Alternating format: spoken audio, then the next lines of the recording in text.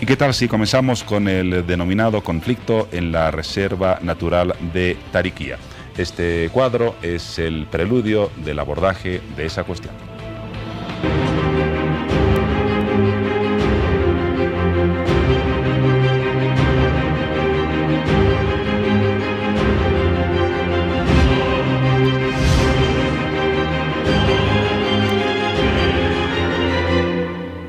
Conflicto en Tariquía, un conflicto que estuvo en su punto quizás más álgido hace algunos días. Hoy se encuentra en compás de espera ante definiciones y el inicio de los trabajos de exploración hidrocarburífera.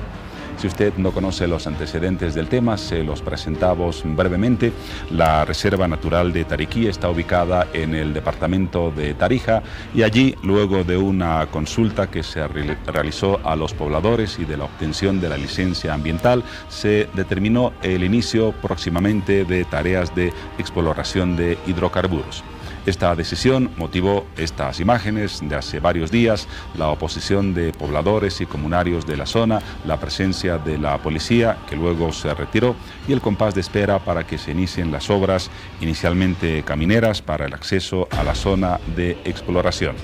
Pero desde luego el tema no se agota allí, habrá que ver cuál es la reacción futura de los pobladores de la zona y está en debate si es conveniente o no el inicio de las tareas de exploración en una reserva natural. Para hablar del tema nos acompaña esta noche el viceministro de Planificación y Desarrollo Hidrocarburífero, Carlos Lima, a quien le decimos buenas noches y bienvenido. Buenas noches, Juan Pablo, buenas noches a todos los que nos ven por Bolivisión y bueno, por este programa Hora 23. Daba los antecedentes del tema. Actualmente, ¿cuál es la situación del conflicto, si lo llamamos así? No existe ya presencia de las empresas de petróleo operadoras en la zona, se ha retirado la policía, los pobladores han vuelto a sus actividades. ¿Esto a la espera de qué? Bueno, la situación actual, evidentemente no existe presencia de la empresa que opera en el área San Telmo Norte es el proyecto. Dos pozos vamos a perforar en este lugar. La empresa operadora es Petrobras, una empresa que tiene una sociedad con la empresa subsidiaria de YPFB Chaco.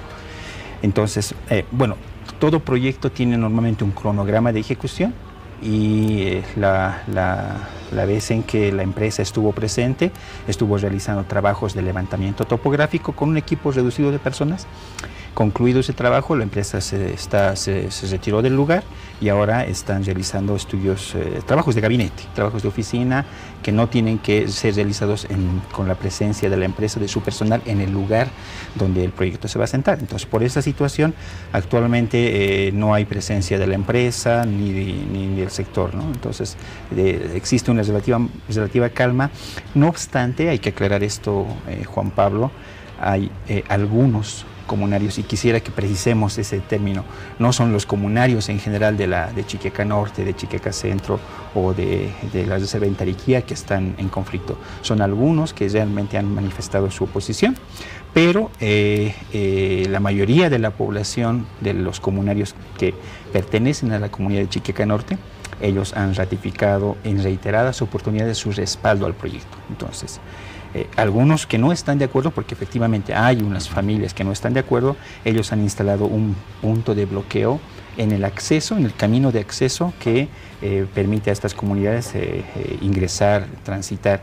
Lamentamos esta actitud. Hoy fue público, Juan Pablo, una denuncia de uno de los dirigentes de la subcentral de Chiquiaca que expresó su molestia, su preocupación, porque este grupo de algunos comunarios están prácticamente instalando una especie de aduana a título de protección del medio ambiente, a título de defensa de la reserva. Están controlando el ingreso y salida de las personas sin ninguna necesidad. Porque, ahora, como te digo, la empresa no está presente. Ahora, como antecedente del tema, el gobierno y su ministerio han afirmado que el inicio de las próximas tareas de exploración cuenta con una licencia ambiental que ha sido resultado a la vez de una consulta con las comunidades de la zona. Pero existen algunas observaciones a esta cuestión.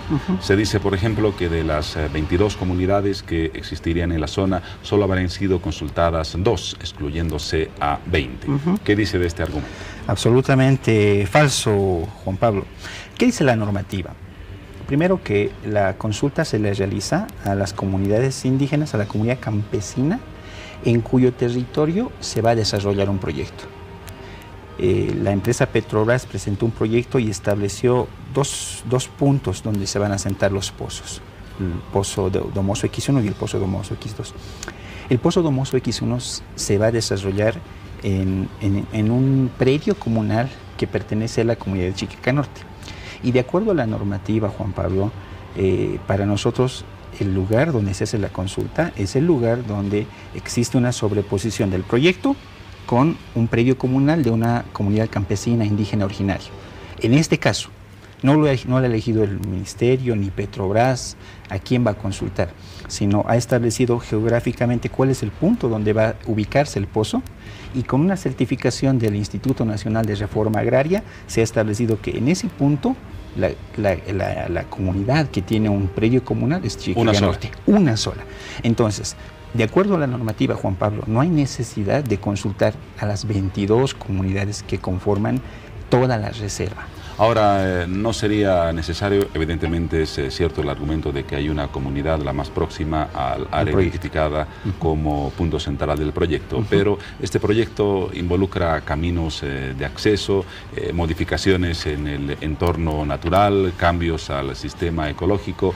Este conjunto de factores más otros que han presentado los ambientalistas ha llevado a la reflexión de que debía haber una consulta mayor que abarque a las comunidades del área más próxima. Efectivamente, ese es el argumento que tienen las ONGs, las plataformas de defensa, pero ese argumento, Juan Pablo, está por fuera del marco de la normativa vigente. La normativa vigente nos dice en qué condiciones realizamos la consulta previa, en qué circunstancias, con qué requisitos, y en el caso nuestro es muy claro, ¿no? En la comunidad de Chiquica Norte, porque ahí se asienta el proyecto. Ahora, estos argumentos que están referidos al tema del impacto y la afectación que puede extenderse a otras comunidades, y no solamente yo alguna vez comentaba con los compañeros, se habla de la afectación del aire, del agua, etcétera, etcétera, pero esto es un aspecto que interesa al conjunto de la zona. No de la zona siquiera, porque bueno, al final el aire termina siendo de todos. Lo que sí establece la normativa, Juan Pablo, es que cuando un proyecto hidrocarburífero se desarrolla en un área protegida, en una reserva forestal, no con la consulta, sino a través de instituciones como el CERNAP, el Servicio Nacional de Áreas Protegidas, la Autoridad de Bosques y Tierras, el Ministerio de Medio Ambiente y Agua y el propio Ministerio de Hidrocarburos en una fase realizan una evaluación del estudio de evaluación de impacto ambiental. ¿Qué quiere decir esto, Juan Pablo? En un proyecto normal, digamos que no está dentro de una reserva, las medidas de mitigación, de restauración, de remediación son de alguna forma, digamos, normales. ¿Qué sucede cuando el proyecto está en un área reservada, en un área protegida? Esas medidas que la empresa tiene que tomar son más rigurosas, son más exigentes a la empresa. Entonces la empresa tiene que emplear técnicas, tecnología, recursos para afectar lo menos posible el área. Y lo establece un decreto específico. Entonces, estas instituciones que le he nombrado son las que se encargan de evaluar ese estudio de evaluación de impacto ambiental y asegurarse de que la empresa haya tomado las medidas y los recaudos más apropiados para afectar lo menos posible el área protegida y para que una vez concluida la actividad se restablezcan, se restauren, se remedien esos impactos. Ahora, la oposición al proyecto no es tan solitaria de algunos comunarios como usted indica. Ha habido un paro del Comité Cívico de Tarija que ha tenido un acatamiento casi total en la ciudad, no tanto en las áreas rurales, pero sí ha sido importante el respaldo. Hay 7 comités cívicos de 7 departamentos del país que se oponen a la ejecución de este proyecto. No es una oposición solitaria y tienen argumentos para considerar. Efectivamente. Nosotros dividimos en 2 actores el tema de la oposición al proyecto. Hay una oposición de algunos comunarios, efectivamente, que no son del área de influencia directa, o sea, que no son de Chiquica Norte, que son de otras comunidades alejadas, que efectivamente han expresado su oposición. Y no es una oposición orgánica a través de organizaciones, autoridades, digamos, a nivel institucional.